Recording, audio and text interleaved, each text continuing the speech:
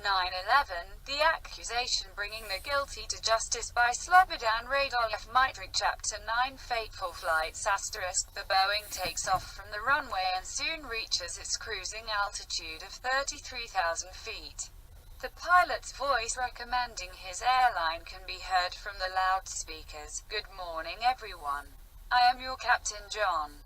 We have successfully climbed above the clouds. This morning the weather is clear over the cap that Boston is wearing. All kidding aside, as you know, we're flying in the direction of the most beautiful city in the world, Los Angeles. Our charming hostesses will be happy to serve anything you want. Please feel free to order. The first drink is obviously at the expense of American Airlines. Release your seat belts. Stretch yourselves a little and enjoy the flight." The captain signs off. Several flight attendants start serving the passengers at once. An athletic black-haired passenger waves to a stewardess whose hair almost reaches to her bottom. She approaches him. "Good morning. What can I do for you?" The black-haired passenger smiles. "A lot. But let's start with a vodka martini."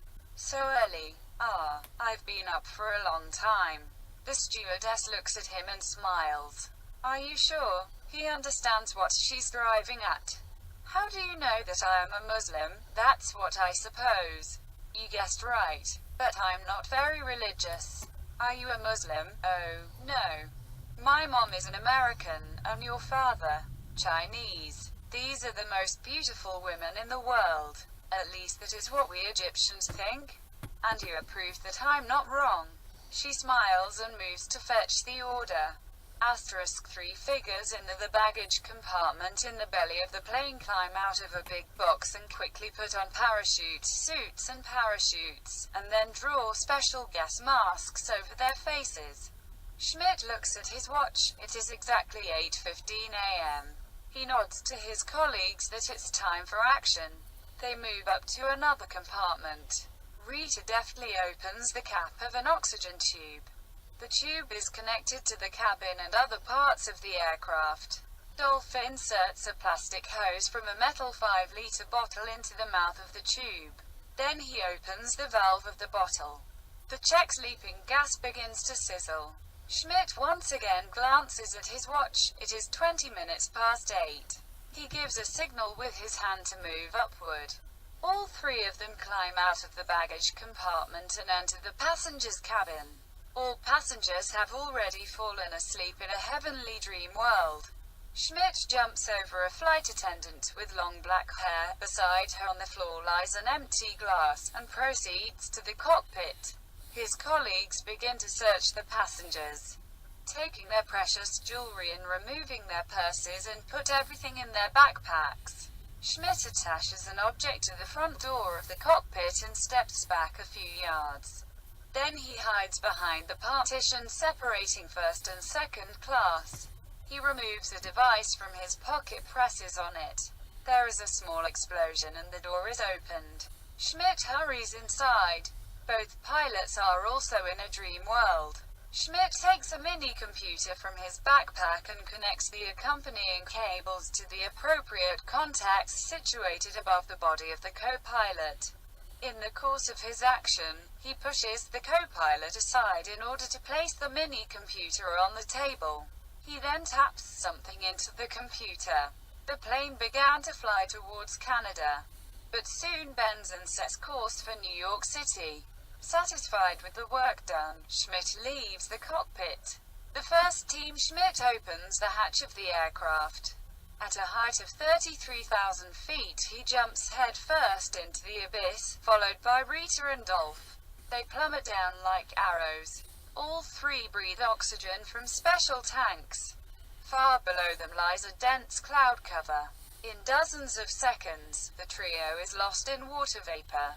Immediately afterwards they see vast plains. At a height of less than 1,000 feet Schmidt pulls the handle. The parachute opens. His friends follow him. Soon all three successfully hit the dry grass. All untie the parachutes and pack them in. They take off their backpacks and the parachute overalls, which they had put over their street clothes. Schmidt produces a small military shovel and quickly digs a hole. Rita and Ulf do in the same. Within minutes, they bury their parachutes and equipment. Schmidt draws a cell phone from his leather pilot jacket and taps a number. Immediately, he gets connected. Although they are far from any inhabited area, he whispers, "Hello. Black Eagle here. Are you all right?" "Yes. All three of us are alive and well. Nobody saw you." "Nobody. Okay. Good luck. Thanks." The three of them walk towards a highway. The modified Boeing 767-200, American Airlines Flight 11, flies toward New York. A transmitter sends out signals. The computer in the plane responds by decreasing its altitude. Underneath the aircraft appear tall buildings. The computer further reduces the altitude to 1,000 feet. The roar of the low-flying plane causes New Yorkers to look up. A taxi driver peers through his side window. Waving a clenched fist, he yells out, "The route of the pilot is not normal.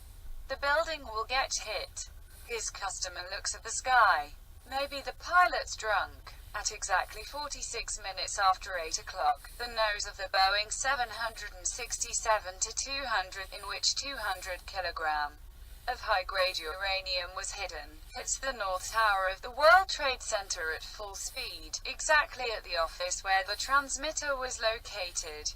Immediately there is a strong explosion and then the fuel tank explodes in turn, causing a huge fire that spreads at lightning speed. All government employees on that floor are instantly burned alive. Panic arises throughout the tower. People run toward the elevators and through emergency exits into the stairwells. They push and shove each other. Women are screaming hysterically and falling down on the marble floors. Men are trampling them. Everyone wants to vacate the building as quickly as possible. New Yorkers on the street look up at the huge fireball in stunned silence. Black smoke rising into the air seems to have returned from the days when the natives of the newly discovered continent sent smoke signals. The taxi driver hits both hands on the steering wheel. "What did I tell you?" His customer nods. "Yes, yes. Unfortunately, you were right." The fourth team Helga opens the hatch of the aircraft.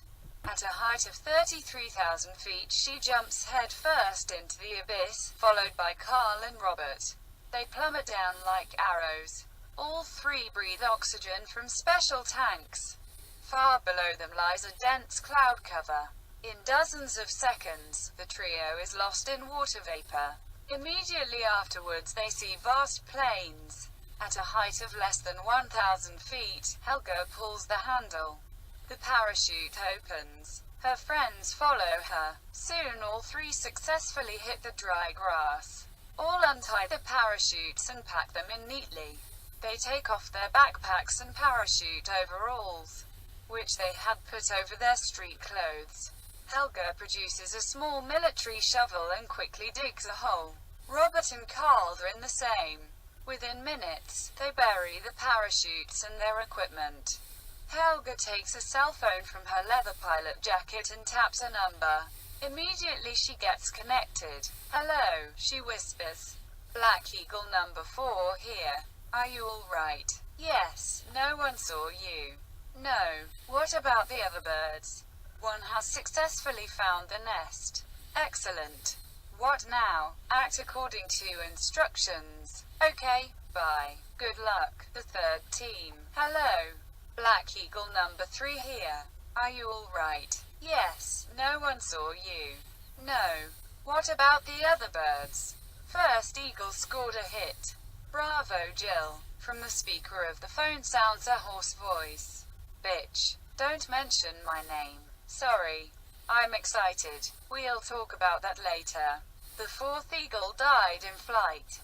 "How's that?" "We don't know. Follow the instructions." "Will do."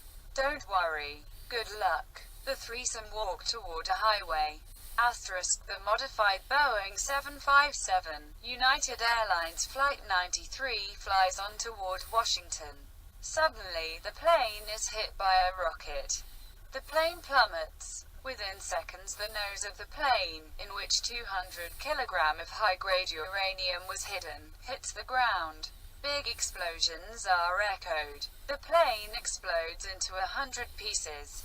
2 F-15 fighter jets fly over the downed aircraft. From the speaker of the first jet sounds a happy voice. "Good shot, Lisa, thanks Bill." The second team, the modified Boeing 767. United Airlines Flight 175, is heading for New York. The transmitter sends out signals. The computer in the Boeing reduces the altitude. Underneath the aircraft appear skyscrapers. The computer reduces the altitude again to 1,000 feet.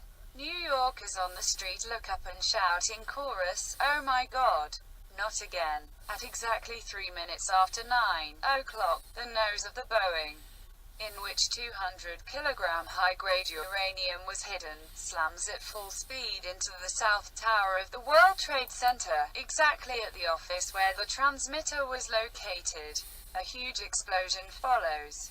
Immediately, the fuel tank explodes, causing a huge fireball that spreads at lightning speed. All employees on the floor are also instantly burnt alive. New Yorkers are looking up in stunned silence at the inferno. Black smoke from both towers rises into the air. The taxi driver and his customer step out of the cab. "Wow, this is no coincidence. I tell you, this is a terrorist attack." "Yes, yes." His customer nods. "You're damn right, asterisk asterisk asterisk."